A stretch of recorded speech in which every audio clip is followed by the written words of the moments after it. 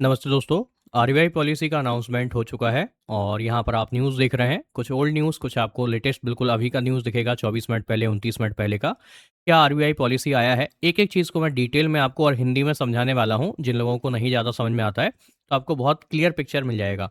सबसे पहले अगर हम एक्सपेक्टेशन की बात करते हैं तो दो तरीके का एक्सपेक्टेशन है। जैसे एक मेरा एक्सपेक्टेशन भी था कि मार्केट इस आरबीआई पॉलिसी को जो है वो थोड़ा सा पॉजिटिवली लेगा। हो सकता है बहुत बड़ा बाइंग ना आए, लेकिन मार्केट जो है वो मेजर क्रैश आपको नहीं दिखाएगा। पहला पॉइंट, यही एक्सपेक्टेशन बहुत सारे लोगों का था। लेकिन बहुत सारे लोगों का ये एक्सपेक्टेशन भी था कि मार्केट में जो है वो 25 बेसिस से जो है वो रेट कट हो सकता है। ठीक है, तो रेट कट का एक्सपेक्टेशन था कुछ लोगों को, लेकिन ज़्यादातर लोगों को था कि रेट कट नहीं होगा। अब क्या डिटेल आया है, क्या गवर्नर ने बोला है, उन पर हम बात कर लेते हैं। तो ये बेसिकली मैंने अलग से निकाला हुआ हिंदी में। आप यहाँ पर इंग्लिश में रीड कर सकते हैं या ट्रांसफर आप इसको ट्रांसलेट भी कर सकते हैं। अगर मेरे से चाहिए तो आप टेलीग्राम पर मुझे मैसेज कर लेना। क्या हुआ है, आरबीआई का क्या फैसला आया, उसकी हम बात करते हैं।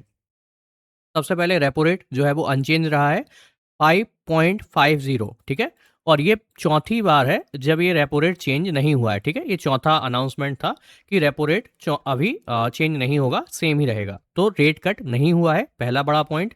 दूसरा, क्या बोला है गवर्नर ने, तो जो संजय मल्होत्रा है फिलहाल गवर्नर, उन्होंने ये कहा है, ये आपको यहाँ पर दिखाई देंगे। इन्होंने कहा है कि इन्फ्लेशन यानी महंगाई जो है वो खतरा अभी भी बना हुआ है इन्फ्लेशन का, लेकिन क्योंकि ग्रोथ के आंकड़े अच्छे दिख रहे हैं तो फिलहाल हम रेट कट नहीं करेंगे। ये उनका पहला पॉइंट। दूसरा, रेपो रेट यानी जो आपका ब्याज दर होता है बैंक की तरफ से, तो जिस पर बैंक और आरबीआई से कर्ज लेते हैं, वो रेपो रेट आपको स्थिर रहने का मतलब है कि जो ईएमआई और जो लोन आपका रेट फिलहाल है उसको जो इंटरेस्ट है बेसिकली वो आपका नहीं बढ़ेगा। ठीक है। दूसरा, आरबीआई दो चीज़ों पे मेन फोकस करता है, वो आपका ग्रोथ और इन्फ्लेशन। तो दोनों किस हिसाब से चल रहे हैं उस हिसाब से जो है वो जो है डिपेंड कर जाता है कि कैसा आगे हमें दिखाई देगा।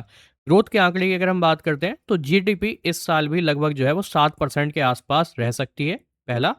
लेकिन इन्फ्लेशन अभी भी टारगेट 4% से ऊपर है, जिसमें खासकर अगर सबसे इंपॉर्टेंट चीज़ अगर हम देखें तो वो है फूड और दूसरा है ऑयल। क्योंकि फूड सबसे ज़्यादा नेसेसरी है, हर कोई यूज़ कर रहा है। सेम ऑयल का भी है, ऑयल भी हर आदमी यूज़ करता है, चाहे वो कोई भी हो। तो पूरी कंट्री में सबसे ज़्यादा कंजप्शन दो चीज़ों का रेगुलर अगर होता है तो फ्रूट और आपका जो है वो ऑयल। और इनसे बहुत चीज़ें डिपेंड करती हैं, बहुत चीज़ें इनके ऊपर डिपेंड करती हैं। ठीक है, तो ये एक सबसे बड़ा प्रॉब्लम है। इसलिए आरबीआई ने ना तो अभी फिलहाल जो रेपो रेट है उसको कम किया है और ना ही बढ़ाया है, बराबर रखा है। अब शॉर्ट टर्म इम्पैक्ट मतलब 1 से 2 महीने में इसका क्या इम्पैक्ट पड़ सकता है, हम उसकी बात कर लें। तो 1 से 2 महीने में मार्केट पहले से ही उम्मीद कर रहा था कि आरबीआई पॉलिसी जो है वो अनचेंज रहेगा। इसीलिए अगर आप निफ्टी को देखोगे या बैंक निफ्टी को देखोगे तो बहुत मेजर सेलिंग नहीं आया है, बहुत मेजर बाइंग नहीं आया है। ठीक है, लेकिन ओवरऑल जो आउटकम है वो थोड़ा सा पॉजिटिव निकला, क्योंकि जो रेपो रेट है वो कट नहीं हुआ है। बैंक, रियल्टी, ऑटो सेक्टर जो है उसको थोड़ा सा आपको फ़ायदा यहाँ पे मिल सकता है, क्योंकि इंटरेस्ट रेट जो है वो स्टेबल है फिलहाल। लोन और ईएमआई जो लेते हैं उनके लिए थोड़ा सा रिलीफ होगा, क्योंकि आपका जो ईएमआई है वो बराबर चलेगा। जिनका वो फ्लेक्सिबल रेट पर होता है ना उनके लिए, जिनका अगर बढ़ने से बढ़ता है, घटने से घटता है, जिनका फिक्स रहता है उनको तो दिक्कत नहीं है। बट कुछ लोगों का फ्लेक्सिबल रेट पर भी रहता है कि अगर चेंज होगा तो उनको फिर इम्पैक्ट होता है उस हिसाब से। एफएमसीजी और गुड्स की अगर हम सेक्टर की बात करते हैं, तो क्योंकि इन्फ्लेशन के बारे में बोला गया है तो वो थोड़ा सा कंसर्न वहाँ पर रहेगा। तो हो सकता है आपको जो है एफएमसीजी या कंज्यूमर जो फूड वाले सेक्टर है ना उनमें थोड़ा बहुत प्रेशर आपको देखने के लिए मिल जाए। मेजर इम्पैक्ट तो नहीं पड़ेगा, लेकिन हाँ अगर कंसर्न दिखाया है तो वो कहीं ना कहीं इम्पैक्ट लेकर आ ही जाता है। ठीक है, ये चीज़ है। अभी अगर हम ओवरऑल बात करें तो 2026 में जो है वो रेट कट हो सकता है, ऐसा एक्सपेक्टेशन है। अगर हम रेट कट होने की बात करते हैं तो थोड़ा-सा आपको ईज़ी ईएमआई मिल जाएगा, ज़्यादा loan demand real estate, auto sector में जो है वो आपको फिर वहाँ पर थोड़ा-सा बुलिश ट्रेंड देखने के लिए मिल जाता है। स्टॉक मार्केट अगर आप अभी भी देखोगे तो वो थोड़ा-सा आपको पॉजिटिव ही दिखाई देगा, क्योंकि रेट कट अनचेंज है वहाँ पे।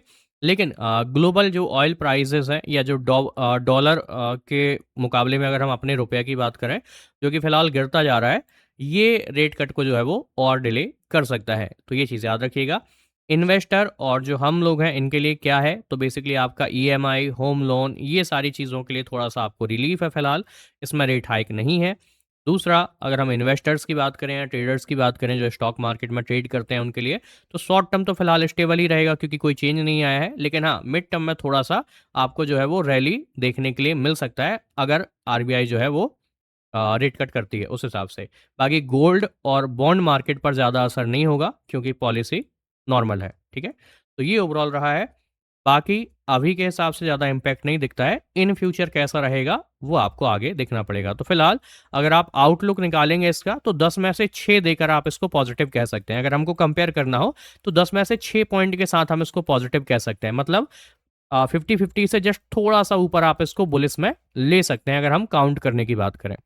तो ये ओवरऑल इसका न्यूज़ आया है।